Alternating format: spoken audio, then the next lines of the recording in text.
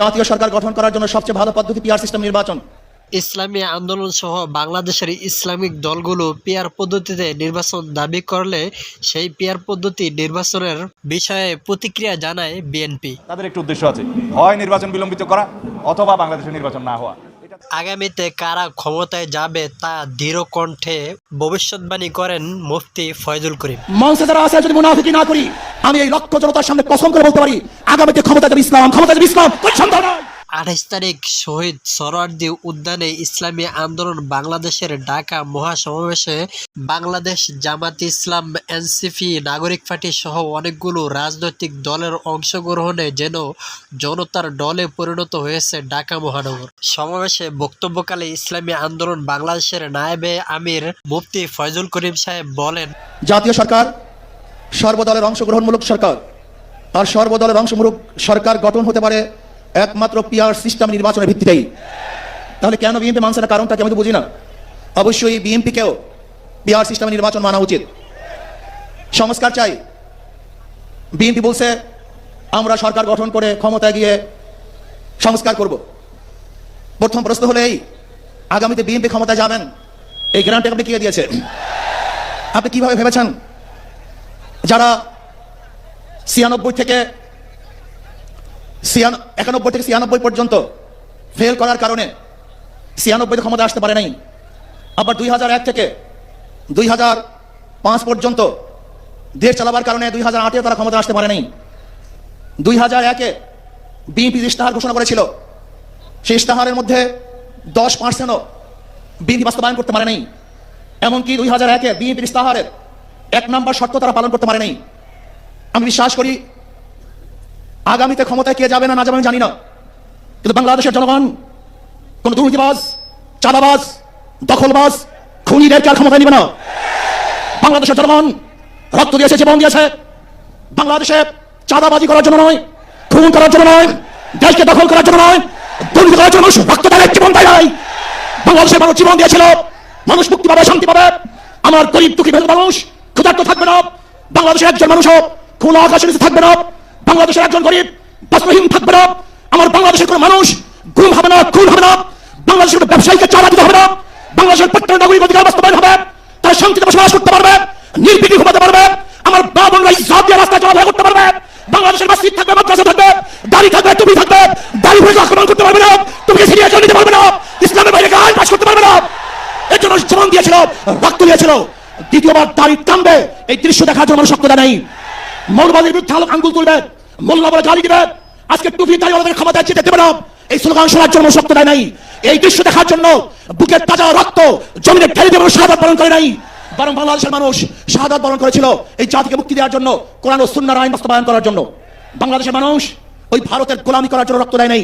বাংলাদেশের মানুষ ভারত আমাদের দেশে কর্তৃত্ব নেতৃত্ব করবে, আমেরিকা আমাদের দেশে কর্তৃত্ব নেতৃত্ব করবে, এর জন্য বাংলাদেশের মানুষ জীবন দেয় না, রক্ত দেয় নাই। বাংলাদেশের মানুষ সাধন, তারা নিজেরা আইন প্রণয়ন করবে, নিজেরা সংসদ পরিচালিত করবে, তারা নিজেদের পায়ে দাঁড়াবে, বাংলাদেশের মানুষ জীবন দিতে পারে, কিন্তু কাল গোলামি করতে পারে না।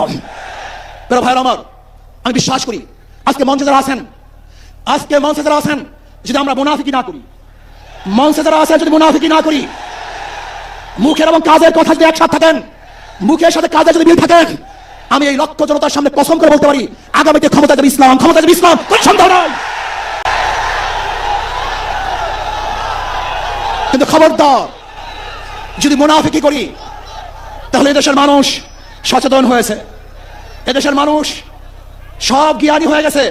বিশ্বাস করবেন না, একজন রিক্সাওয়ালা, ঠেলাওয়ালা, কুলি মজদুরের বক্তব্য শুনলে আমরা আশ্চর্য হয়ে যাই বাংলাদেশের মানুষ কত সচেতন, তারা কত সচেতন হয়েছে।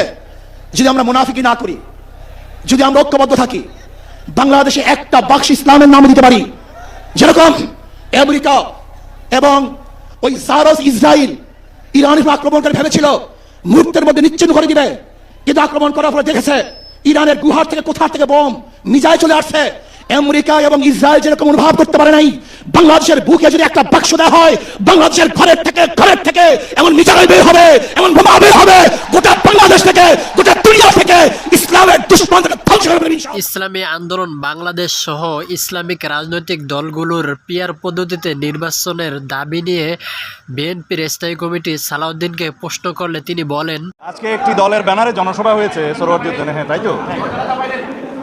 তাদের দাবি অনুসারে সংস্কার এবং বিচার তো চলমান প্রক্রিয়া চলবে, সংস্কারও হবে, বিচারও হবে, চলমান প্রক্রিয়া। এখানে আর দুটো দাবি নিয়ে আপনারা যেটা প্রশ্ন করলেন যে পিআর পদ্ধতিতে নিম্ন কক্ষের অর্থাৎ জাতীয় সংসদের নির্বাচন তারা চায়, সেটা তাদের রাজনৈতিক অবস্থান থেকে, দলের অবস্থান থেকে চাইতেই পারে, কিন্তু বাংলাদেশের বাস্তবতায় এবং ইতিপূর্বে সংস্কার কমিশনে আমাদের সাথে যেভাবে আলোচনা হয়েছে সেই পিআর পদ্ধতির নির্বাচনের মধ্যে আমরা কোনো ঐক্যমত পাইনি। আর তাছাড়া বাংলাদেশে এই আনুপাতিক হারে নির্বাচনের জন্য কোনো ইতিহাস নাই এবং সংসদীয় রাজনীতি বা সংসদীয় নির্বাচনের ইতিহাস নাই।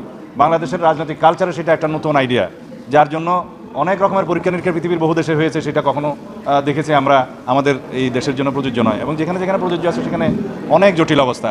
আনুপাতিক হারে নির্বাচনের ক্ষেত্রে কোনো সংসদীয় এলাকার ভোটারগণ জানবেন না যে কে তাদের এমপি হবে।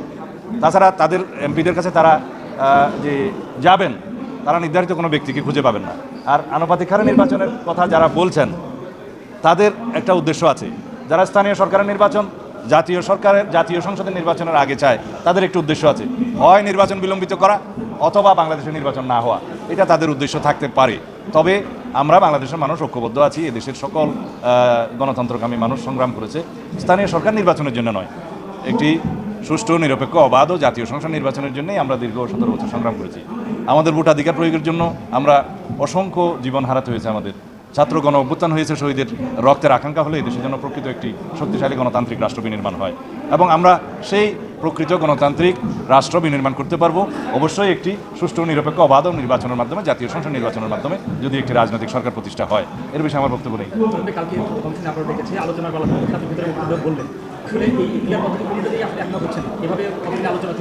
না, পিআর পদ্ধতির ইস্যু এখনো আসেনি, আসলে তখন আলোচনা করব। আপনাদের অবস্থান কি আছে এখন? আসলে আমরা পিআর পদ্ধতি তো আমরা অনেক আগেই প্রত্যাখ্যান করেছি। পিআর পদ্ধতি বাংলাদেশের রাজনৈতিক কালচারে, আমাদের ইতিহাসে, আমাদের ভোটের এই সিস্টেমে কখনো উপযুক্ত নয়। আমরা এখানে এক ব্যক্তির এক ভোট এবং সরাসরি ভোট প্রত্যেকটা নির্বাচনী এলাকায় তার প্রতিনিধিকে সে ভোট দেবে এবং এটাকে বলা হয় ফার্স্ট পাস্ট দি পোল। সেই সিস্টেমের মধ্যে আমরা আছি এবং ঐকমত্য কমিশনের যে আলোচনায় সেটা এখন এভাবেই টেবিলে আছে। এখন কেউ রাজনৈতিক দাবি হিসাবে সেটা উত্থাপন করতে পারে, সেটা তাদের রাজনৈতিক অধিকার, তবে সেটা সবার উপরে চাপিয়ে দেওয়ার কোনো মানে নেই। দর্শক বন্ধুরা, বাংলাদেশের ইসলামিক দলগুলো একজোট হয়ে নির্বাচনে অংশগ্রহণ করা এবং পিআর পদ্ধতিতে নির্বাচন হওয়ার বিষয়ে ইসলামী আন্দোলন বাংলাদেশের নায়েবের আমিরের বক্তব্য ও বিএনপির স্থায়ী কমিটির সদস্য সালাউদ্দিন আহমেদের বক্তব্যকে আপনি কীভাবে দেখছেন? আপনার মূল্যবান মতামত কমেন্ট বক্সে জানিয়ে দিন। ভিডিওটি ভালো লাগলে লাইক, কমেন্ট এবং শেয়ার করুন।